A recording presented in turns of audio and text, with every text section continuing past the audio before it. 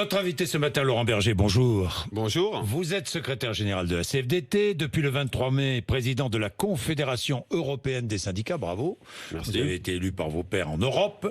Avant d'ouvrir les dossiers assurance chômage et retraite, un mot sur le référendum sur la privatisation d'ADP avec cette question. La consultation citoyenne a commencé. Avez-vous ou allez-vous signer la demande de référendum? Non, pas forcément.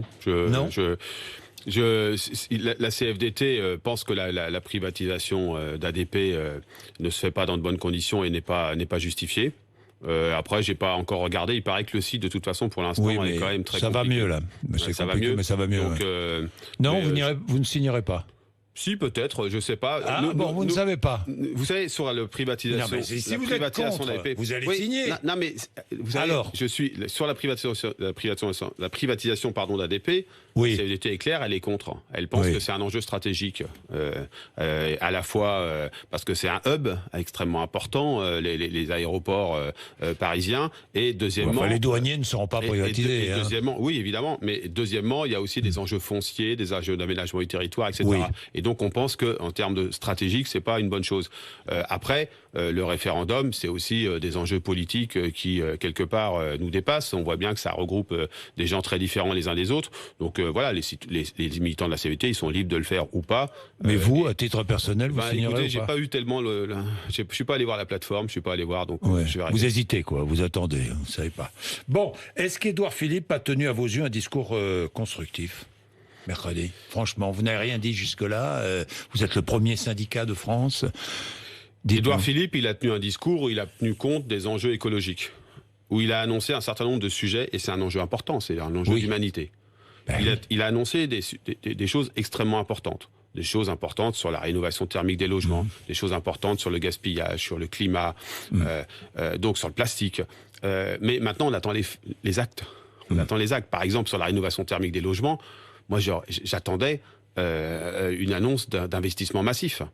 J'attendais un véritable plan, un plan de guerre d'une certaine manière. Pour l'instant, ça reste sur la table en disant on va réfléchir, on va travailler, etc. Donc, il y a une intention. C'est bien d'avoir commencé par ce sujet-là. Là-dessus, dont acte, mais maintenant, il faudra les actes. Bon. Deuxième point. Oui, allez-y. Le deuxième sujet, c'est la justice sociale. D'ailleurs, vous avez remarqué, c'était on veut une transition écologique, on veut la lutte contre le réchauffement climatique, et on veut de la justice sociale. Ça m'a un peu rappelé ce que on porte avec 19 autres organisations sur un pacte social et écologique. Exact. Mais par contre, le premier sujet qu'il aborde sur la question de la justice sociale, c'est la question de l'assurance chômage, en expliquant à demi-mot que c'est quand même pour réduire les droits des demandeurs d'emploi. Si ça c'est de la justice sociale, alors justement, on va entrer dans la réforme de l'assurance chômage qui sera présentée mardi, qui est un texte très important à vos yeux, et vous allez me dire ce que vous en pensez, parce qu'on connaît un peu les grandes lignes du texte, même s'il y a peut-être des annonces cachées dans ce que l'on sait maintenant. Vous demandiez un changement de méthode. Est-ce que vous sentez qu'il y a un changement de méthode de la part du gouvernement, du président de la République, du Premier ministre? Il y a en tout cas dans le discours une inflexion. Moi, avant le discours de politique générale, j'étais à Genève avec mes collègues des autres organisations syndicales et les responsables des organisations patronales. Vous avez écouté Emmanuel Macron. Oui, et il a un discours qui a été extrêmement clair sur on ne peut pas réformer, on ne peut pas faire face à la dérégulation qui est en cours aujourd'hui dans la mondialisation sans travailler avec les acteurs syndicaux, patronaux. Donc, il y a une intention qui est annoncée. Ça a été dit à demi-mot par le Premier ministre, même si on n'a pas beaucoup entendu parler des partenaires sociaux et des organisations syndicales. Mais maintenant, c'est dans les actes que tout ça se vérifie. Vous savez, la politique a ce site particulier, c'est que c'est du verbe et des actes. Le verbe est extrêmement important. Mais souvent, on discute beaucoup du verbe et on ne discute pas assez des actes. Là, il va falloir des actes qui montrent qu'on est écouté, et notamment sur l'assurance chômage. Alors, l'assurance chômage, réforme, projet de loi présenté mardi. On va déjà parler de ce qui est annoncé, de ce qu'on sait. Bonus-malus imposé à 5 ou 10 branches professionnelles. C'est quoi? Malus pour des entreprises, des cotisations qui seront un peu plus fortes. Malus pour les entreprises, si trop de contrats courts. Je pense à la restauration, à l'hôtellerie et à d'autres. Oui, mais ça concernera 5 à 10 branches professionnelles. 5 à 10 branches, ça fait entre 30 et 40% des contrats très courts qui sont signés. Ça veut dire c'est insuffisant. Bah oui, ça veut dire qu'on a cru comprendre que sur le reste de la réforme, on va demander des efforts à l'ensemble des demandeurs d'emploi, injuste de mon point de vue, mais on va demander des efforts aux entreprises qui abusent de la précarité qu'à quelques-unes. Donc ça, pour nous, c'est pas acceptable. Mais on a besoin des contrats courts, disent les restaurateurs ou. Mais c'est pas le problème. Dans l'hôtellerie. La position des uns et des autres, c'est pas de supprimer les contrats courts. Parfois, c'est de faire que quand les contrats courts sont abusifs, et tout le monde reconnaît que c'est le cas aujourd'hui, c'est-à-dire on emploie quelqu'un pour 2 jours, et puis on le laisse sur le carreau pendant 3 jours, mais on le rappelle 3 jours après, alors qu'on aurait pu organiser le travail différemment, et bien là, il faut que ça soit plus cher pour les entreprises, parce qu'elles demandent à l'assurance chômage de prendre le relais.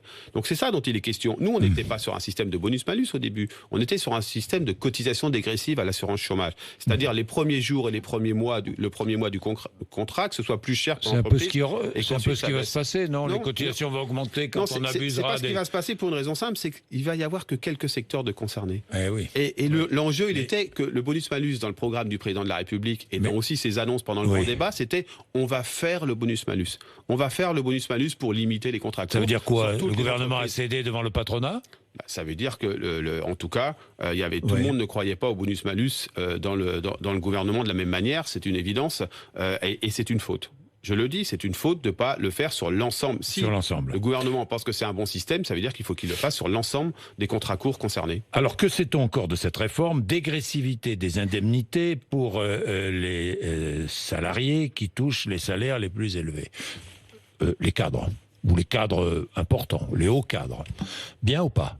Non, la dégressivité, pour les cadres ou pour les autres, ça n'a jamais démontré une quelconque efficacité. Tous les rapports d'économistes, tous les rapports dans le monde ont montré que la dégressivité n'avait pas d'effet. Pas d'effet. Et donc, là... Ça ne fait pas baisser le chômage. Non, ça ne fait pas baisser le chômage. Et ça peut structurer des comportements, mais ça donne le sentiment que les demandeurs d'emploi, et notamment les cadres, seraient des gens qui abusent. Mais... oui, non, mais attendez, il y a les cadres, c'est les plus hauts contributeurs. C'est quoi? Le plafond, c'est quoi? C'est 6 000, un peu plus de 6 000 euros? 6 700. Alors, c'est unique en Europe, hein? Il n'y a pas un pays d'Europe. 0,05% des personnes indemnisées sont concernées. 0,05% des personnes indemnisées sont concernées. Ce sont les plus hauts contributeurs, évidemment. À l'assurance chômage. Donc la question, c'est est-ce qu'on veut continuer à faire vivre de la solidarité interprofessionnelle? Parce que le risque, c'est que ces personnes, au bout d'un moment, décrochent et disent bon, on va créer notre propre système. Donc on ne touche pas au cadre. Mais la question, c'est, on pourrait discuter de la hauteur du plafond, etc. Mais la mise en œuvre de la dégressivité, je pense que c'est un mauvais choix. C'est un mauvais choix et un choix qui n'a jamais prouvé son efficacité pour lutter contre le chômage. Bon, il y a la dégressivité, puis il y a la durée d'indemnisation du chômage. Ensuite, je parlerai des conditions d'accès à l'indemnisation. Mais la durée d'indemnisation, est-ce qu'il faut toucher? Est-ce que vous pensez que le gouvernement va toucher à la durée d'indemnisation? J'espère pas. J'espère qu'il va toucher ni à la durée d'indemnisation, ni aux conditions d'entrée à l'indemnisation. La durée d'indemnisation... Oui. La durée d'indemnisation, d'abord. C'est 24 mois pour l'ensemble des demandeurs d'emploi. Et c'est 36 mois pour les personnes dites seniors. 3 ans. Il ne faut pas toucher, ça c'est sûr. Parce que c'est une durée qui permet de rebondir, qui permet... Et d'ailleurs, on voit, la majorité des demandeurs d'emploi, il faut le dire, ne vont pas au bout de leur indemnisation. La majorité des chômeurs reprennent le travail avant qu'ils aillent au bout de leur indemnisation. C'est quand même un signe que beaucoup de travailleurs qui subissent ce chômage ont envie de retravailler et pas de rester au chômage. C'est la démonstration. Donc, il ne faut pas toucher à la durée et pas toucher aux conditions d'entrée. Les conditions d'accès à l'indemnisation. On s'est battu, nous, pour que ce soit 4 mois de travail sur les 28 derniers mois. Toucher à ça. Pour avoir droit au chômage, il faut avoir travaillé. Qu'on explique bien. 4 mois sur les 28 derniers mois. Or, le gouvernement pourrait toucher à cela? Écoutez, on a lu dans la presse que ça pouvait être le cas. Vous savez, ce serait une mesure... 6 mois, ce que j'ai lu, 6 mois dans les 24 derniers mois. C'est ce qu'on a lu aussi. Si c'était le cas, là, il faut qu'on m'explique le sens. Ça peut pas être pour réduire la précarité, ça n'a pas de sens dans ce cadre-là. Ça peut pas être pour aider le retour à l'emploi, ça n'a pas d'effet. Ça serait une mesure purement budgétaire. Pour faire des économies purement budgétaire. Purement budgétaire dans un moment où nombre de salariés subissent des périodes de chômage, de réemploi, de chômage, de réemploi. Si c'est le cas, c'est pour vous Mais depuis le début, que faites-vous? Imaginons que le gouvernement annonce cela si cette réforme, parce qu'il y a un autre volet dont on n'a pas parlé, c'est la façon dont vont être traitées les personnes qu'on appelle les permittents, c'est-à-dire qui alternent les périodes d'emploi et les périodes de chômage. Si on tape dur sur ces personnes qui ont une indemnisation moyenne très basse, moins de 1 000 euros, si on touche sur ces personnes, la CFDT avec d'autres essaiera de faire la démonstration et de se mobiliser pour dire mobiliser, ça veut dire quoi?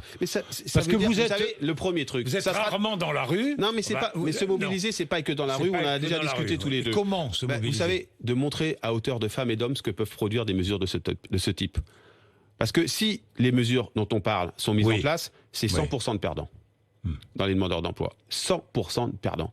Ça veut dire qu'on illustrera exactement avec des cas très précis de personnes qui perdent 100 euros ici, des conditions d'indemnisation là, pour montrer que cette mesure, ces décrets sur l'assurance chômage sont injustes. Moi, il y avait besoin d'une réforme. D'accord, pourquoi pas? On a essayé de le discuter, mais pas sous un angle budgétaire. Et ce que nous a contraint de faire le gouvernement dans la négociation, ce qu'on n'a pas fait, c'était une réforme purement budgétaire. Là, moi je le crains. En se cachant derrière l'idée qu'on voudrait faire réduire la précarité, très bien, il faut faire dans ce cas le bonus-malus généralisé, eh bien on tape sur les plus précaires. Ça c'est inacceptable pour la CFDT. C'est inacceptable pour vous. Bien, avant de parler de l'assurance chômage, des retraites, je voudrais un petit mot sur le bac. Lundi, les premières épreuves, il y a des syndicats qui appellent, les enseignants, syndicats d'enseignants qui appellent à la grève de la surveillance des épreuves. Est-ce responsable, franchement? Non, la CFDT appelle pas à la grève. Est-ce responsable? Je vous le dis. Non, mais la réponse, c'est que nous, on ne veut pas faire payer aux élèves et aux parents le fait que, c'est vrai, dans le ministère de l'Éducation nationale, il y a un déficit de discussion, de concertation, de dialogue social. Et qu'il y a des raisons d'être inquiet. Mais sanctionner des élèves qui passent le bac sur un sujet qui n'est pas le leur directement, en tout cas, c'est pas acceptable pour nous. Je suis très clair, mais ça n'exonère pas le ministère de l'Éducation nationale de concerter davantage, de discuter davantage avec les organisations syndicales sur la future organisation du bac, sur la réforme du lycée, la réforme du bac, qui comporte beaucoup de points avec lesquels nous sommes en désaccord. Mais sanctionner les élèves, non, pour une raison simple, vous savez. Mais ça dit des choses, si vous me permettez, sur l'état aujourd'hui de l'absence de reconnaissance dans les fonctions publiques. C'est ça que vous savez, on voit aussi un mouvement dans les urgences, on voit un mouvement dans les pénitentiaires, ça commence à râler, etc. depuis longtemps. Quand on commence à toucher à l'exercice de sa mission, c'est que quand même, on a un problème dans les services publics, c'est-à-dire que les gens ne sont pas suffisamment reconnus. Et qu'on en arrive à cette extrémité que je regrette, à laquelle je ne m'associe pas et que je ne veux pas dire que c'est une bonne chose, et parce que c'est pas une bonne chose de sanctionner les élèves. Ça dit des choses sur le fait qu'on a besoin davantage de reconnaissance et de dialogue social dans les fonctions publiques, et que c'est ça qui est bloqué. C'est ça qui est bloqué. C'est bloqué parce que on n'a jamais fait l'effort de mettre sur la table les projets de réforme et d'avoir une vraie discussion, un vrai dialogue. La réforme des retraites. Elle est pour quand, cette réforme? Parce qu'on ne sait rien. Il faut demander. Oui, j'essaie de poser la question, personne ne répond. En tout cas, dans le discours de politique générale du Premier ministre, on n'a pas eu de calendrier. Ce qu'on sait, c'est qu'à mi-juillet, M. Delevoye, au commissaire aux retraites, sortira un rapport de la phase de discussion, de concertation approfondie qui a eu lieu avec les organisations syndicales, professionnelles, etc. Nous sommes engagés dans cette concertation. D'ailleurs, comme toutes les organisations syndicales, quasiment jusqu'à la fin. Pourquoi nous sommes engagés ? Là, il y a eu un gros travail de concertation. Là, il y a une vraie méthode. Une vraie méthode, un vrai travail de concertation, une vraie loyauté dans les discussions. Pourquoi nous sommes engagés ? Parce qu'on a besoin d'une réforme juste. Une réforme juste, ça veut dire une réforme qui contribue à mettre fin aux inégalités dont souffrent les femmes, dont souffrent ceux qui ont travaillé toute leur vie avec le SMIC et qui ont une pension de misère. De ceux qui ont des carrières hachées, et qui ne bénéficient pas d'une retraite. De ceux qui subissent la pénibilité ou qui ont commencé à travailler très jeunes et qui ont besoin de mesures spécifiques pour pouvoir avoir une retraite dans de bonnes conditions. Nous, on s'est engagés là-dedans. C'est de ça dont on veut parler. Donc vous voulez une réforme ? Oui, on veut une réforme, mais on veut pas une réforme financière et paramétrique. Alors on va parler de l'âge d'équilibre maintenant. On a trouvé ce nouveau mot, l'âge d'équilibre. Simplement, retraite à points, vous êtes d'accord ? Pourquoi pas ? Oui, mais ça, c'est de la technique. Ce qu'on veut, c'est oui, le sens. c'est de la technique, oui. Non, mais d'accord, mais vous n'êtes pas contre. Suppression des régimes spéciaux, enfin, le même système pour tout le monde, public-privé. Vous êtes d'accord ou pas ? Oui, un système universel. Mais c'est de ça dont il est question depuis le début. Il n'y a pas de scoop là-dessus. Non, la seule question, ça ne veut pas dire qu'on ne tient pas compte de spécificités professionnelles qui tiennent compte de la pénibilité. De toute façon, les avantages acquis seront conservés. Hein. Mais parce qu'il y a les phrases, vous savez, on peut dire, on fait la fin des régimes spéciaux, ça fait plaisir à tout le monde. Ce dont il est question, c'est un régime universel, ça ne veut pas dire uniforme. Ça veut dire qu'on peut tenir compte de spécificités professionnelles. C'est ce qu'on a travaillé depuis 18 mois, y compris avec j'imagine. Je le vois. J'imagine. Mais avec cette réforme, est-ce que tous les Français devront travailler un peu plus longtemps, franchement ? Non, pas avec cette réforme. Non, pas avec cette réforme. Vous savez, c'est ce que j'entends parmi ceux qui contestent. Monsieur Bourdin, en 2003, on a fait, vous vous rappelez ? Oui. Monsieur Chirac, François Chirac. Oui. Il s'est engagé avec la CFDT dans une réforme. Il avait besoin, à ce moment-là, de faire des choix financiers. Le système des retraites par répartition était en grave déséquilibre. En 2008, en 2010, en 2013, il y a eu de nouveau des réformes parce qu'il fallait consolider le financement des retraites par répartition. Aujourd'hui, quoi qu'on en dise, ce financement, il est assuré. Il est assuré. Il n'y a pas besoin de faire croire qu'on a besoin d'aller chercher de l'argent. Le rapport du corps dont on a beaucoup commenté ces derniers jours, il dit quoi ? Il dit qu'on consacre à peu près entre 13 et 14% de notre richesse nationale aux retraites. Et que dans les projections qui sont faites, ça restera à peu près la même chose, voire un peu moins. Donc on n'a pas de problème de financement. Ce qu'il nous faut, c'est une réforme des retraites qui soit plus de justice sociale et plus de prise en compte des situations particulières de ceux qui souffrent. Je comprends. Donc on ne sera pas obligé de travailler plus longtemps. Mais j'ai envie de dire, ça sera à chacun de décider, mais il ne faut pas de contraintes. C'est chacun qui décide. Mais c'est déjà le cas. Décidera. Mais monsieur Bourdin, c'est déjà le cas. Moi, je voudrais sortir de l'hypocrisie. Je voudrais sortir de l'hypocrisie. Qui ne veut rien dire. Il veut dire quelque chose parce que c'est la possibilité pour liquider pour un certain nombre de gens leur retraite, comme on dit. Mais il y a des gens, on le sait, dans tout un tas de secteurs professionnels, qui travaillent plus. Et donc je veux travailler plus, même certains le disent. Et donc la question, elle est de donner la possibilité à tous ceux, si vous bougez l'âge, si vous faites cet âge d'équilibre avec des sanctions particulières, si vous partez avant cet âge d'équilibre, vous sanctionnez qui ? Vous sanctionnez ceux qui ont commencé à travailler tôt, ceux qui ont des métiers pénibles, qui peuvent pas se permettre d'aller beaucoup plus loin sans que leur santé en souffre et déjà qui parfois ont arrêté avant parce qu'ils ont été virés ou parce qu'ils ont des problèmes d'invalidité. Donc, faut arrêter. Le gouvernement, il ne peut pas suivre une ambition de faire une réforme telle que l'a dit le président de la République dans son programme, qui soit pas paramétrique, qui soit pas financière, mais qui soit une réforme de justice sociale et de progrès social, et en même temps vouloir y mettre des éléments d'allongement de la durée. La durée de cotisation, elle va s'allonger du fait de la réforme Touraine de 2013 de toute façon. Donc il faut laisser faire ce mouvement-là. Et il ne peut pas faire, le gouvernement, une réforme où il va toucher à l'âge d'une manière ou d'une autre avec des nouvelles notions qu'il institue. Donc il faut être clair. La CFDT, oui, elle le veut, cette réforme, et on l'assume. Et ça ne nous fait pas être dans une position d'accord avec d'autres organisations syndicales. Mais s'il y a cet âge d'équilibre que le gouvernement agite, s'il y a des mesures qui sont prises dans le PLFSS, le projet de financement de la sécurité sociale à la rentrée, la CFDT, elle dira très vivement son désaccord. Laurent Berger, Renault, échec de la fusion avec Fiat Chrysler. Vous êtes heureux de cet échec ou vous regrettez ? Non, les équipes CFDT de Renault avaient demandé des assurances sur la stratégie industrielle, des assurances sur l'emploi, etc. Vous suivez le gouvernement, là, qui a... Non, c'était, de mon point de vue, un peu hâtif. Et il aurait fallu... C'est pas ce que demandait la direction de Renault, qui estimait que cette fusion était très bonne pour l'entreprise. La CFDT, elle regrette que ce soit arrêté si tôt. Nous aurions souhaité d'avoir une vraie discussion pour voir la stratégie qui pouvait être poursuivie. Parce que, on le sait, le secteur automobile, il va avoir besoin de forts investissements pour muter dans le cadre de la transition écologique. Et la question des alliances est posée. Est-ce que c'était une bonne chose ou pas ? Vous savez, des fois, il faut prendre le temps de la réflexion, le temps de poser les sujets. Nous avions obtenu de faire des expertises. Donc c'est fini. Maintenant, ça veut dire qu'il faut reconsolider l'alliance Nissan-Renault. Et ça, c'est un autre sujet.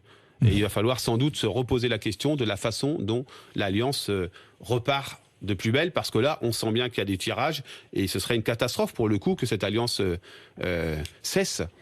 Parce que, je le répète, le secteur automobile est au devant de profondes mutations, et si on veut maintenir notre capacité industrielle, si on veut maintenir les emplois, il y a besoin d'alliance.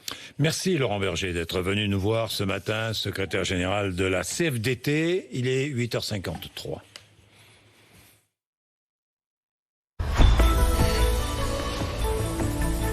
l'appli BFM TV sur votre mobile.